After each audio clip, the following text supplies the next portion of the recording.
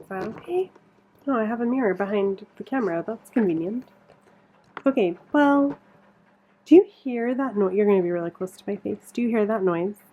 In this place where I'm staying right now, there's these heaters and they make this noise. Listen.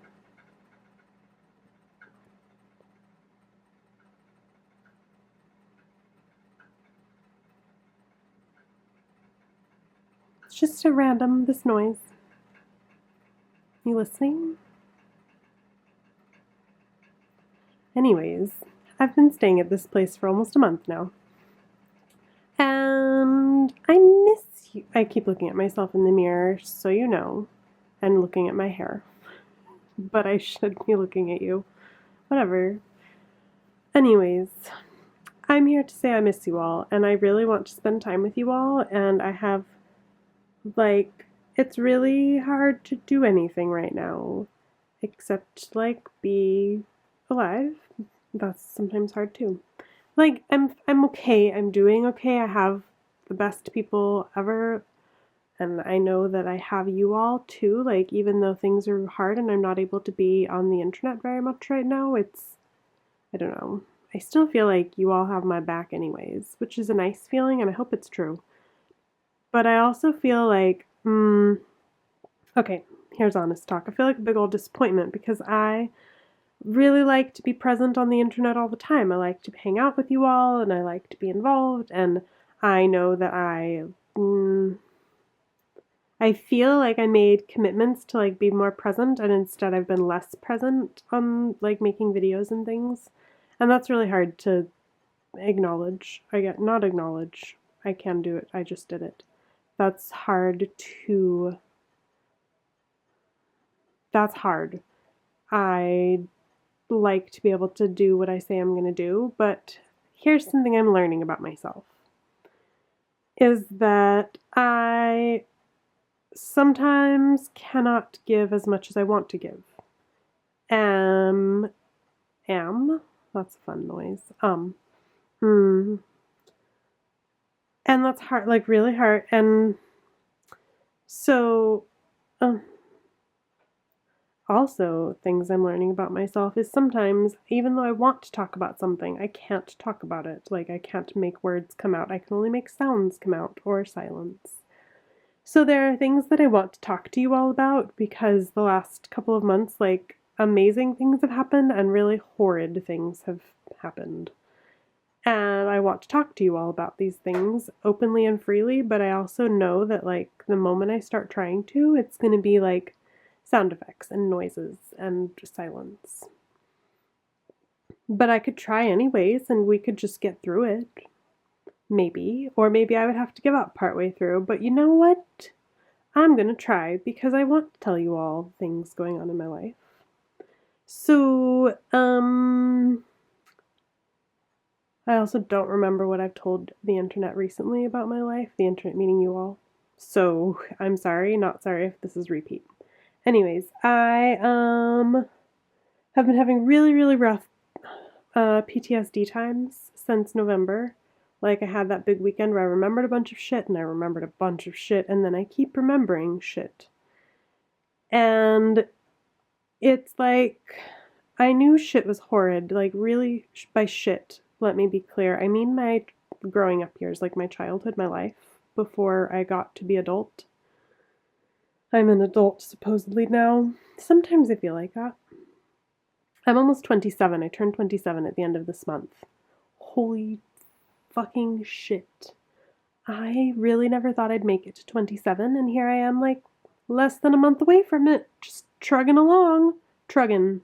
That's what I'm doing. Trugging, everybody. Okay, so words, though. These things that I'm remembering, like, ooh.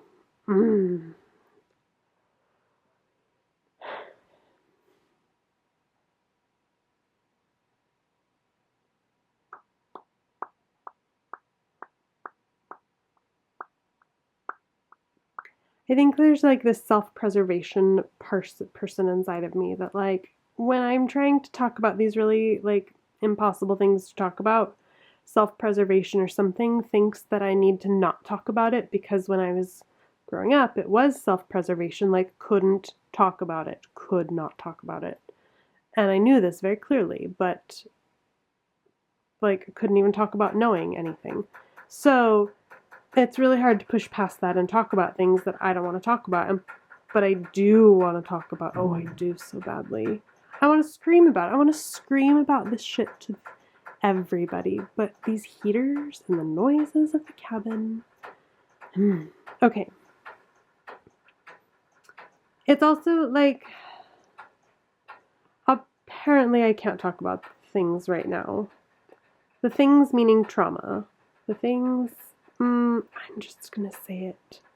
I'm gonna say it as well as I can. Like, even with the heaters clicking, I'm sorry for the noise that's like annoying all of us right now. We're in this together. The noise is everywhere. Ooh.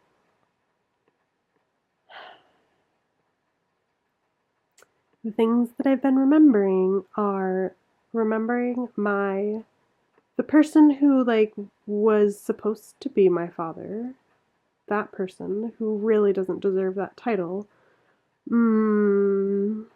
like molesting me and raping me a lot. Like a lot.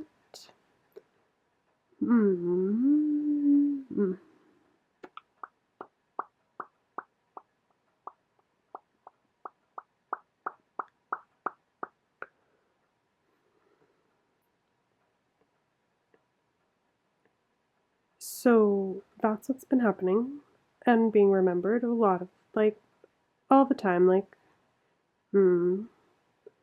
since November. Like, it was happening bits before that, as you know, I guess, but it's like, it's a whole new level of everything now, and it's really, really hard to have that be happening and to also, like, talk about it on the internet or to, like, put myself to, the words are expose myself. It's hard to willingly expose myself because I feel really vulnerable, just like being alone. But it's like the thing that I need to actually do about it is the opposite of being alone. It's to actually like be with everybody about it, because this kind of thing, these things that happened, like nobody should have to be like alone about them. If it was anybody else telling me these types of things, I would be like, yes, you have every right to scream about it to anybody you want to ever. So, or to like talk about it however, like it's my fucking story. I can tell it how I want it. I can tell it how it is. So I'm trying to. But it's really hard because I had to keep it a secret for so fucking long. So with all of that happening right now, like my level of functioning has gone down. Like I've been having just a hard time like taking care of myself day to day. And that means I've been a lot less able to like do creative work, which is really frustrating because I love to be creative. But I'm still I'm still doing things, probably more things than I give myself credit for. And I'm working on short stories for people who helped support me back in November. I'm really sorry I haven't gotten those to everybody yet. I have not forgotten. I am working on them bit by bit. It normally doesn't take me this long to write things, and I love writing short stories, but I just have to like take care of myself as best I can. So, I'm just letting you know they're coming. You will get yours if you are in the line for one.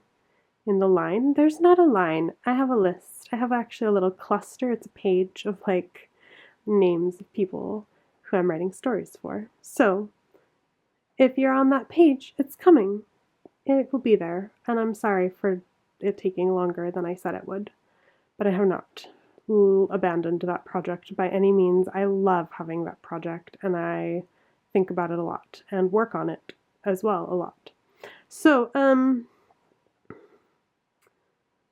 oh, okay. Now I'm going to tell you this really exciting thing that's been happening, because my life isn't all just PTSD. Like, that's just a little part of it. Another thing that happened is that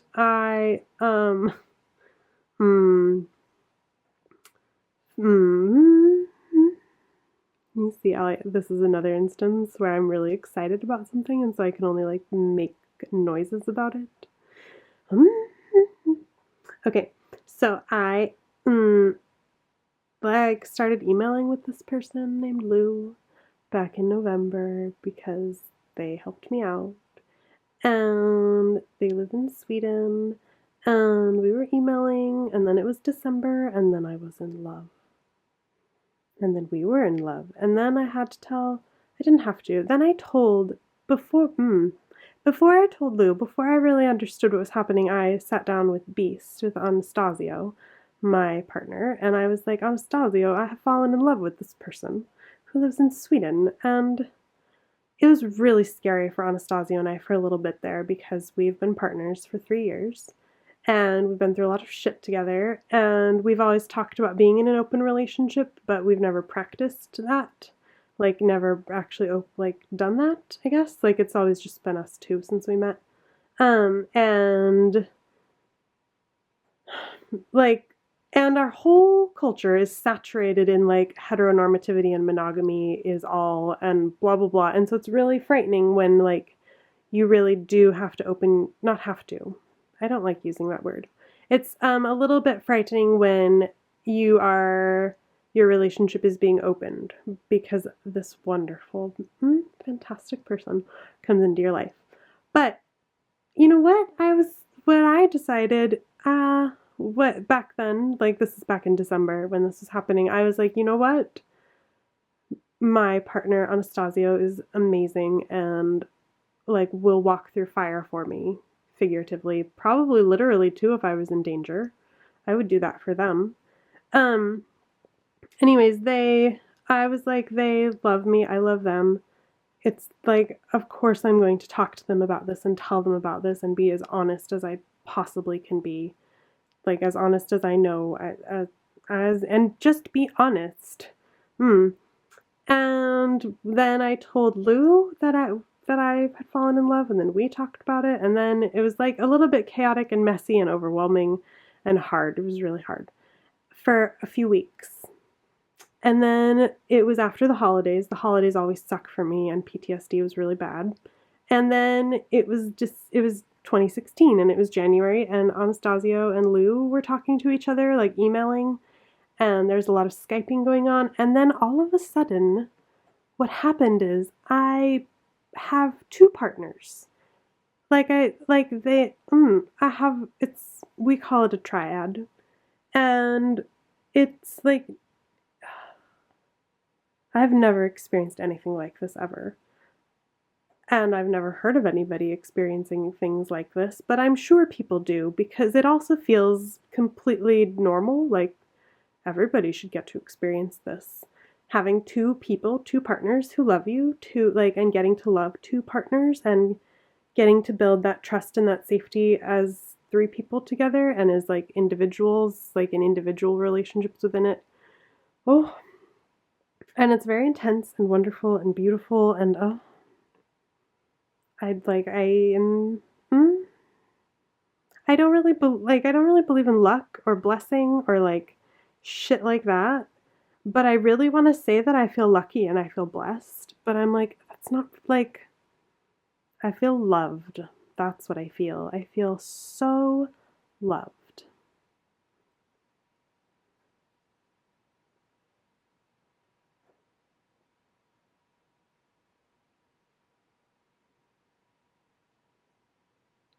And going through the PTSD shit right now and like seeing how unloved I was for so long, I am just I am as much as I can letting myself like soak in all of this love right now because it feels so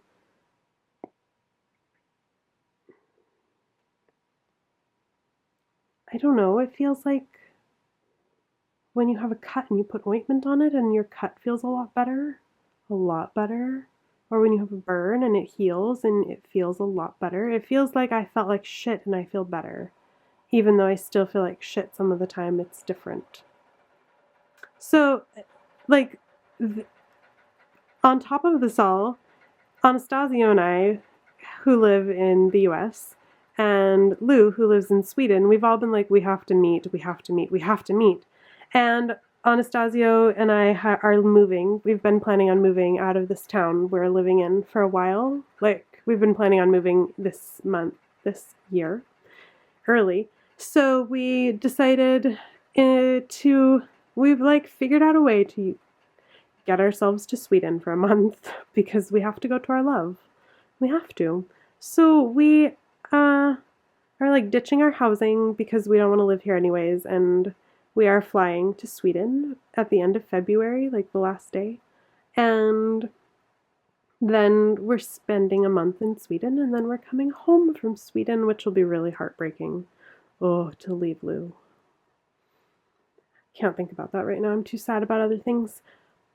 I don't want to be pre-sad yet.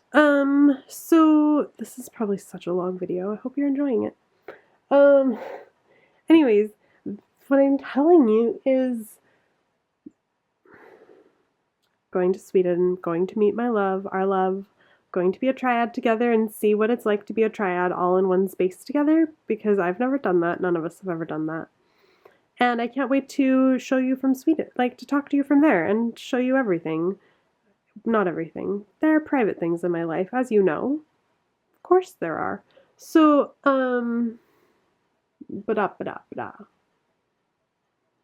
that is like the update on my life, honestly. That's what I have for you, I think. And oh, and then after that, after we come back in April, like the beginning of April, I have my disability hearing to see if I can get on disability assistance and then I think we're going on a road trip to Santa Fe. Ooh, yeah, I can say that on the internet, I think. Hope so. Don't know. Pretty sure. But that's not really a firm plan either. Like, I don't really know what's happening with my life, which makes it really a little bit stressful, but that's okay. I know what's happening for the next 2 months, and I'm just going to hold on to that stability until I figure out what's happening. We figure out what's happening after that. And that's what I have for you. Look, I did that. Like, I got through talking about all the things I didn't know I didn't think I could talk about out loud, but I've done it. We've done it. We've gotten through this. Thank you to all of you who've made it to this end with me. I'm gonna go now. I'm tired and I need to lay down about this. I love you all. I hope you all are doing okay. I feel like out of the loop and out of touch, but I really think about you all the time. Like, my YouTube viewers and comments, and I think about individual like people that I talk to, and I miss you all. And I'm still here, but things are hard, but I'm still here and I'm not going away. I also know that, side note, like, this is always the worst time of year for me, like the holidays through like March into April, really hard time for me. Like, I'm not even sure why, but it is. So I'm gonna get through it, and I'm gonna still be here at the other end, and I'm doing okay, and I have people around me, and I feel loved even though things are shitty. So now you know. Also, look what I did to my hair. Here, I'm just gonna lift you up so you can see. Do you see this? It's the color of a tennis ball, except for this little like gray streak. I made tennis ball colored hair. It's amazing. Amazing. Okay, that's all. I'm gonna go. Okay, I love you. Believe in yourselves. Believe in all yourselves, however many you have. And I'll talk to you soon.